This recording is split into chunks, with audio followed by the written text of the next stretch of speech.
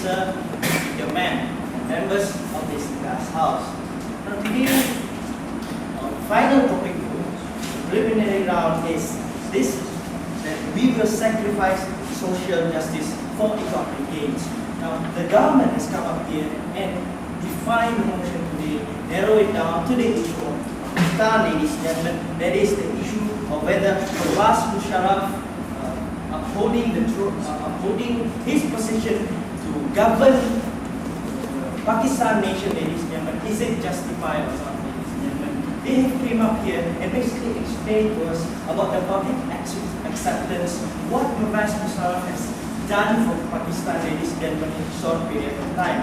And they also assume that Pervez Musharraf are able to give a long-term unifying influence to the people of Pakistan, ladies and gentlemen. Now, what are we going to talk about, ladies and gentlemen? What is the opposition going to deal here, ladies and gentlemen? Yes, we accept the definition and we will clash on with them, ladies and gentlemen. I, as the first speaker, will talk to you about why is the action of Pervez Musharraf to conquer Pakistan in this manner is not justified, ladies and gentlemen. I will give you the reason, ladies and gentlemen, why he is actually doing social injustices, and by this it will not lead to economic gains, ladies and gentlemen, which is the key, the goal of today's debate. That is, we want to improve the economy of Pakistan. Now, my second speaker, she will dwell upon 2 points. That is, the sanction, ladies and gentlemen, the risk of the sanction that the international community can be put against Pakistan because Pakistan is not complying with the basic human rights which is being set down, so let me adjust my point, which is being enacted in many parts of the world. And secondly, she will talk about how another mechanism in which we should resolve the problem of Pakistan once and for all, ladies and gentlemen. So the issue here is that the government, they must try to prove to us this basic and simple thing. They must prove to us that in the long term, by letting Pervez Musharraf to rule Pakistan the way he is, that is in the way of dictatorship, ladies and gentlemen, he can actually ensure the future, the economic security, solidifying the economic foundation of Pakistan. Yes, sir. Actually, if you look at the situation, as putting aside this unwillingness to rule actually, there isn't really any evidence to show that he's going to be a dictator that is going to use his power to benefit himself. Ladies and gentlemen, the way that Pervez Musharraf have captured the government is showing that he is using dictatorship, authoritarian power, ladies and gentlemen. He did not even ask the people of Pakistan. Sit down, sir, I'm addressing the point. He did not even ask the people of Pakistan whether they want him or not. He didn't do it peacefully, ladies and gentlemen, but he used force, he used military, ladies and gentlemen. And this is the social injustices that he has done. Now let me go on to my point. That is, I will explain to you. Sit down, sir. Let me address my point a little bit more. Why is it, I will give you the reason, why is the scale of the action of Pervez Musharraf to rule Pakistan in this way is not right, ladies and gentlemen. Why is it that the social injustices that has been done outweigh the economic gain, ladies and gentlemen? We cannot afford to sacrifice the social justices that has been already sacrificed in Pakistan, ladies and gentlemen, in order to ensure long-term economic gains. Now, Yes, sir. Are you suggesting that any coup or revolution not within the electoral or democratic process is considered bad for a country? I am not saying that, ladies and gentlemen. Look at the issue of Pakistan. To look at the issue of Pakistan. The Pakistan people are being discriminated. They are having so much problem in their society at first, ladies and gentlemen. What they would want now is to voice out their opinion, ladies and gentlemen. Let them choose what kind of leader they want to rule the country. Not some guy who thinks he can rule the country and just grab the throne of the government, ladies and gentlemen. This is not the right way. Now, sir, let me go on to my point. Now, why is it not justified? First of all, Pervez Musharraf used force, ladies and gentlemen. This is a basic violation of the human rights. The human rights, the human rights allow for people to choose their own leaders. Allow for a nation of a country to choose their own leaders, ladies and gentlemen, and to determine what kind of a government they want to be placed, ladies and gentlemen. Now, in the long-term benefit, we are thinking of the long-term benefit, especially in the section of economy, ladies and gentlemen. Now, think of it. If Pervez Musharraf is allowed to rule Pakistan without the respect, without the consent of other international committee, ladies and gentlemen, they cannot do international trade, ladies and gentlemen. They have the risk of sanction. This will be elaborated by my second speaker. So in the end, in the long term, the people will then realize that they can't have this kind of leader who manipulate the government. We cannot let Pervez Musharraf manipulate the government of Pakistan according to his way. We cannot manipulate. He cannot be allowed to use the soldiers, the military, to manipulate the country, ladies and gentlemen. Now about his military powers, ladies and gentlemen, look at Indonesia. Suharto has been leaning back again with the support of his military to rule Indonesia, ladies and gentlemen. And look at him. Look at what has happened now after so long. That's why we are saying that the long-term benefit, Pakistan might end up like Indonesia, ladies and gentlemen. They will not have social justices at all. In summary, ladies and gentlemen, Mr. Speaker, Madam Speaker, we are saying this, that the social injustices that have been created in Pakistan is not going to be solved by Pervez Musharraf overthrowing the government, ladies and gentlemen. It can only be solved by another way. There is the mechanism that is going to be proposed by my second speaker. With that respect,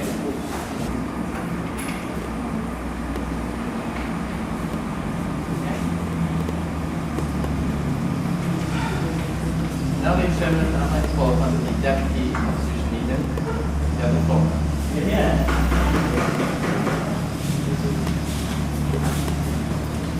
Good day, Mr. Speaker, sir, members of this August House. Now, ladies and gentlemen, we've got a very interesting topic today about whether the right of the people to actually choose their government is allowed or not. And this side of the House, ladies and gentlemen, is saying that no, the fact that Musharraf overthrew the government of Pakistan should be overlooked, although the people did not vote for him. Now, ladies and gentlemen, my first speaker has come up here and explained clearly to you the side of our house, which was on the basic factor of why it is not justified that Musharraf do it in such a way, ladies and gentlemen. Now, what I'm going to talk to you about is the risk of sanctions upon Pakistan as well as our mechanism.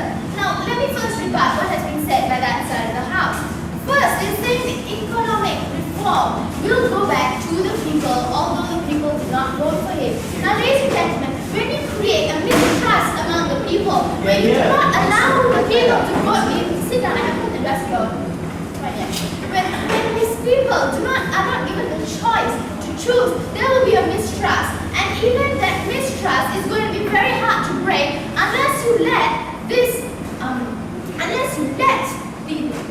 social justice and economic work hand in hand. Now, how is this going to work hand in hand? That will be explained in my mechanism. Sit down. Now, about the fact, okay, there is a chance, ladies and gentlemen, that this man, Musharraf, will not return whatever money that he may do this for his own need. And even if he doesn't, how is he going to overcome that mistrust from the people to him, as was mentioned before, ma'am? Now, there is a lot of discrimination that has been caused by the previous government that needs to be settled first before Musharraf goes on and decides to overlook the fact that they did not vote for him and go on with his way of overlooking the people and going towards economic progress. Yes, sir. Pervez Musharraf is already dealing with the corruption in the former government, and and the people do have wide public support for him. They do trust him, especially since his coup and his takeover was actually bloodless and he has not yet violated a single human right. The human right was a right to choose a government. That right is given to any member of any society, ladies and gentlemen, of any particular country. They must have the right to choose the government. Whether the people seem to support him or not, whether the majority seem to support him or not, there must be a proper legal way of showing that he is. That will be the mechanism which I'll go on in a few moments. Now, ladies and gentlemen, they are saying that they are going to give the right to people to look at this government and overthrow theirs, ladies and gentlemen. Now, this is an act of the people, of the society. It is a choice they are making on the whole as a fact that they are putting it in such a manner that the people are overthrowing the government, not one person. In this case, ladies and gentlemen, one man has overthrown the government. If a majority overthrows the government, that's a difference. That's different because it's not one man taking the whole stand saying that everyone's going to agree with me. When the people do it, it means the people agree with it. And that is what is the main point, ladies and gentlemen.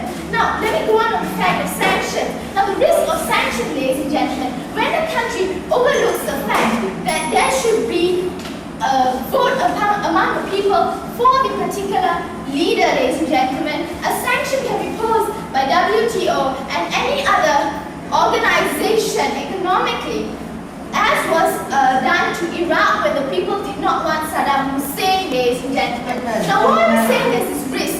The risk is when the people have not proven in legal manner through election or vote or polls or whatever that they actually want Musharraf to lead their country, that means there is no proof that this person is actually there for the good reason. He has no responsibility to be there because he has done it in a manner that is completely unethical. He has not had the support of the people.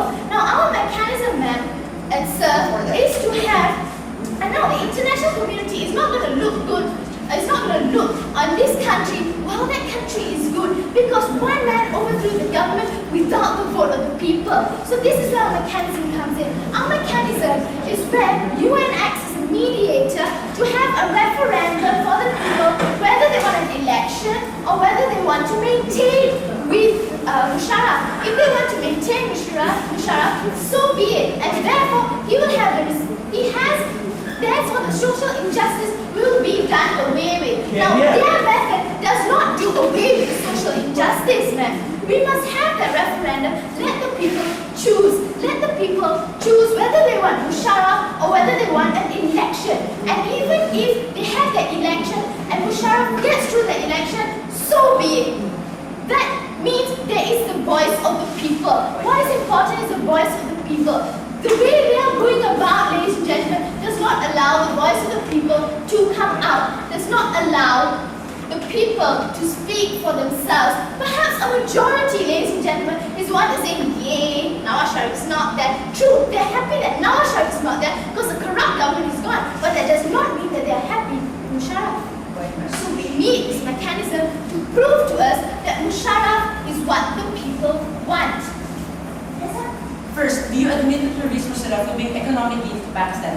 And second, are you aware that economic sanctions are given that the United States accepts release Musharraf as a leader? Now you see, with Musharraf being a good leader, if the people choose him, we are saying that it goes hand in hand. I clearly pointed that out to you. When the people are happy with the person who is running their government, they will work well with him. But now there is unhappiness because the basic right of voting is not there. Let them be happy. Let both of these work hand in hand. These are not two separate entities that have no kind of connection at all. There's a very great connection if the people do not agree with what the leader is doing, ladies and gentlemen.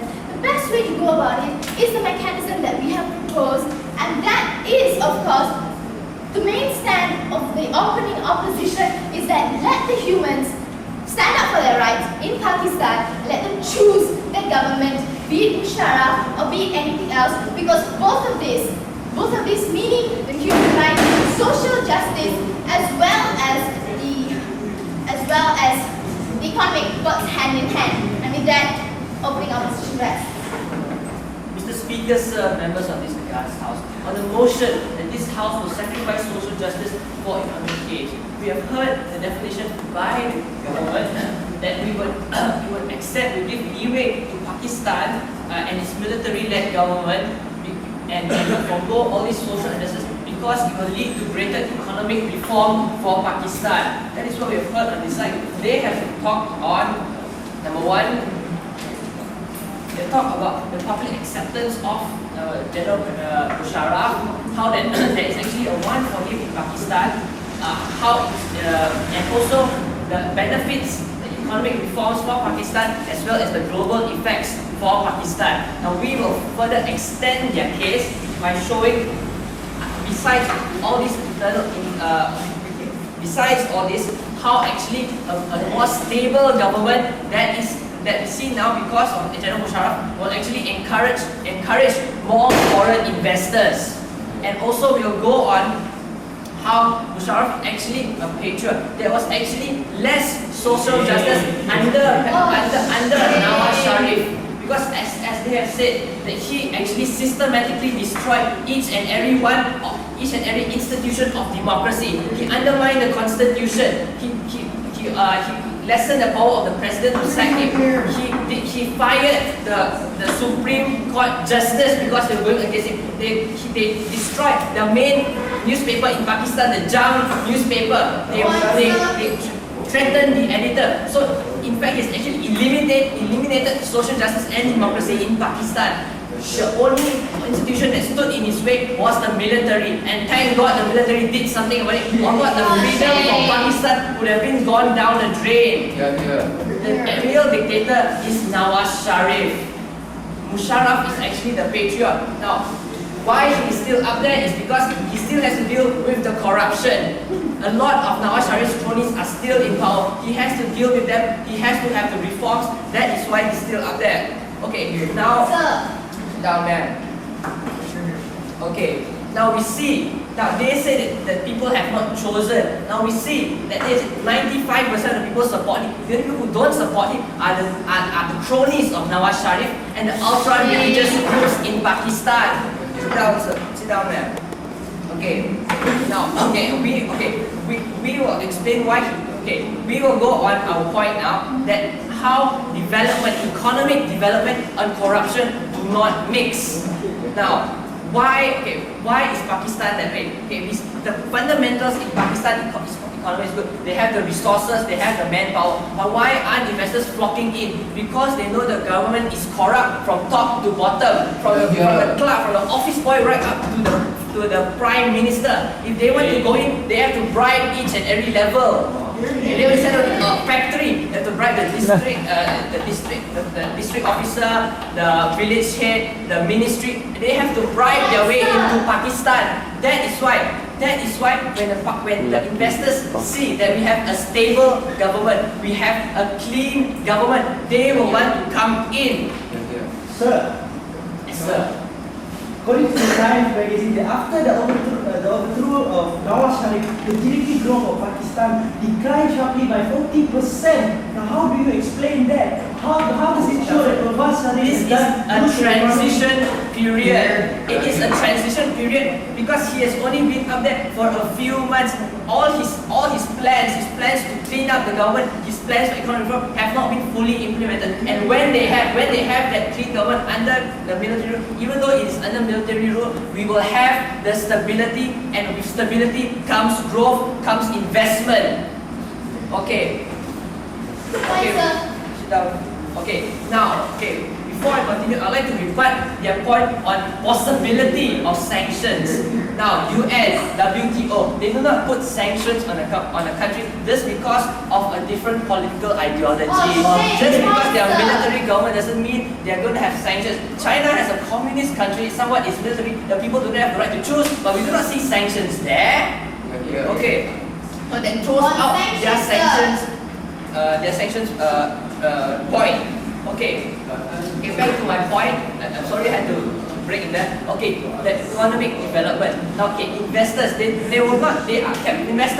are capitalists. When they see an opportunity, they will go in. They're actually very greedy people. Okay, when they see that the government is stable, that they will have to give less bribes, they will actually flock to be the first one inside. The reason why they have, because because in these few months they've only gone in to take a look around and they're going to stay there. But you can't expect the economy to go up after a coup. You have to give this transition time before all the investments has fully put in, all the industries have been set up. When all these industries have been set up under the clean, stable government of Musharraf, then we will see better economic gain for Pakistan. We will see these reforms. Okay, and after that,